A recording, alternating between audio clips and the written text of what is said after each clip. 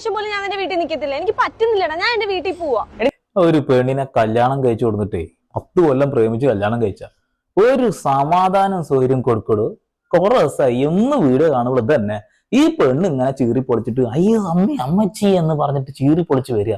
എനിക്ക് വയ്യ എന്നല്ലാതെ ഒന്നും ഞാൻ ഇതുവരെ ഒരു ഇൻട്രോ വീഡിയോയിൽ പോലും കേട്ടിട്ടില്ല. അതായത് മിക്കവാറും സാനിറ്റൈസർ നിരന്തരം ഉപയോഗിച്ചുകൊണ്ടല്ല അസുഖം വരാനോ അല്ലെങ്കിൽ ഈ ദേഷ്യം പിടിച്ച് വേറെ വല്ല അസുഖം വരാനുള്ള സാധ്യതയുണ്ട്. എന്താ കാര്യം എന്നതിലും നോക്കാം. എടി നീ കാര്യം വ്യക്തമായിട്ട് പറ, എന്താ ഇപ്പൊ നിന്റെ പുതിയ പ്രശ്നം?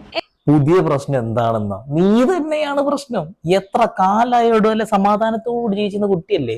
ഇപ്പൊ സാനിറ്റൈസറിൽ കുളിക്കേണ്ട അവസ്ഥ വരെ നീ എത്തിച്ച് വീട്ടിലെ പാത്രവും ഡ്രസ്സും ഇന്റെ പൊന്നു മോനെ മുഴുവൻ സാധനങ്ങൾ അധ്വാനിക്കണ പൈസ കൊണ്ട് ഡ്രമ്മ് കണക്കിന് സാനിറ്റൈസർ വാങ്ങേണ്ട അവസ്ഥ ഉണ്ടാക്കി കൊടുത്തിട്ട് എന്താ പുതിയ പ്രശ്നം എന്നുള്ളത്?